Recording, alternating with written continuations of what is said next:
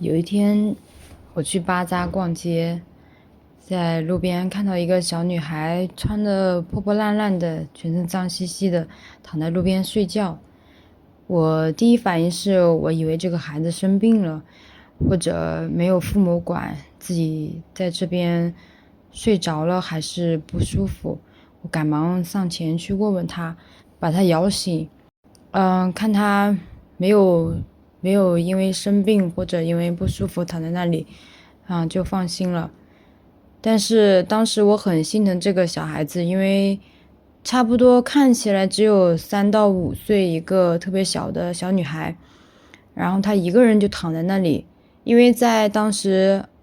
那边的巴扎人特别多，非常不放心。就这样的一个缘分吧，我认识了视频里叫好忙的这个女孩子。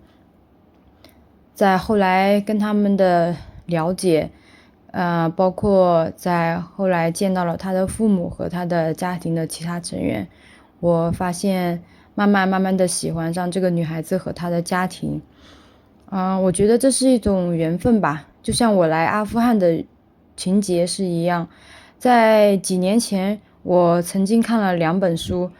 都是出自于胡塞尼的笔下2本著名的书，一本叫《追风筝的人》，一本叫《灿烂千阳》。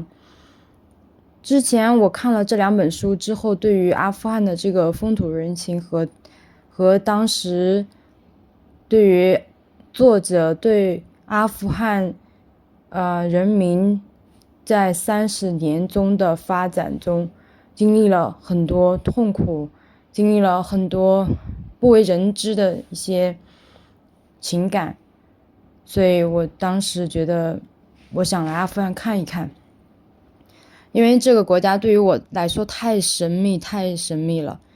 我之前自己有旅行过几十个国家，但是大部分都是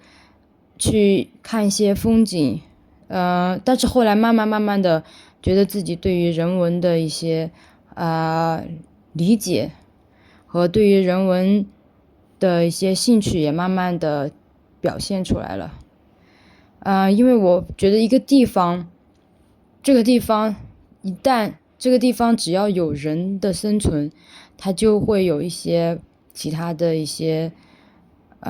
情感吧。所以在读了这2本书之后，我就特别的想来阿富汗。当时是了解到这个《追风筝的人》电影拍摄是在新疆的塔县，所以我第一时间就去了这个拍摄地去追电影里面的一些影子。可是当我去遍了中亚所有5个国家都没有办到这个阿富汗的签证，当时有些特殊情况。后来得知这个巴基斯坦可以比较容易办到阿富汗的签证，立马我就从巴基斯坦去成功进入了阿富汗。其实在我印象当中，阿富汗有几个最大的特点就是满大街的乞讨的小孩，还有满大街吸粉的男人，还有就是说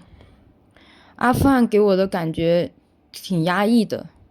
一个就是满大街拿秃秃的斑斑。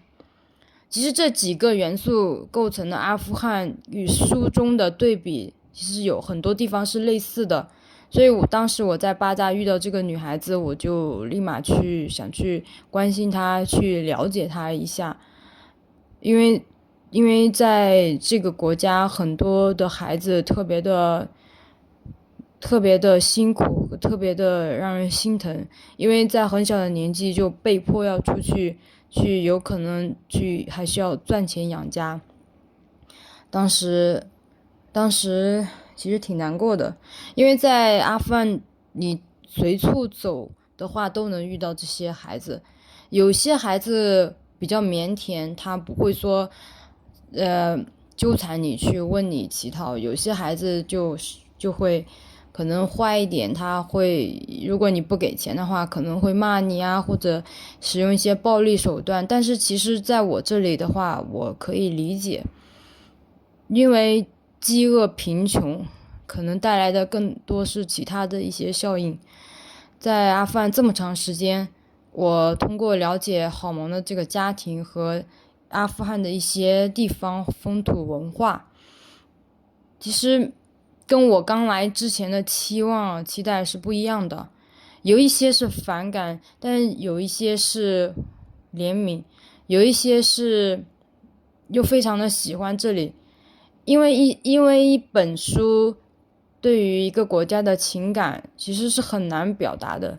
我来到这里认识了很多人，包括帮助好忙的这个家庭，其实我慢慢看到他们的变化，我也非常的开心。我做不了非常伟大的事情，但是在书中我也了解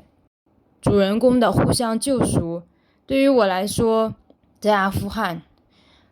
在阿富汗这个神秘的国家，你是可以做到一些，甚至可能救赎自己心灵的一些事情吧。并没有说去改变他们的人生，只能说在他们的人生轨迹上突然出现了一个希望吧，一个小亮点。我也希望通过我和大家的努力，能让这个家庭，能让这些人以后能通过自己的努力，慢慢把自己变得越好。也希望这个国家以后能给带来他们更多的希望。所以在阿富汗的这段旅程也告一段落了，所以小玉也要即将离开。看到孩子们个个脸上的笑脸，我也非常的开心。这也不枉我千辛万苦来阿富汗的目的吧。这里种下了一些希望的种子，我希望他们能在温暖的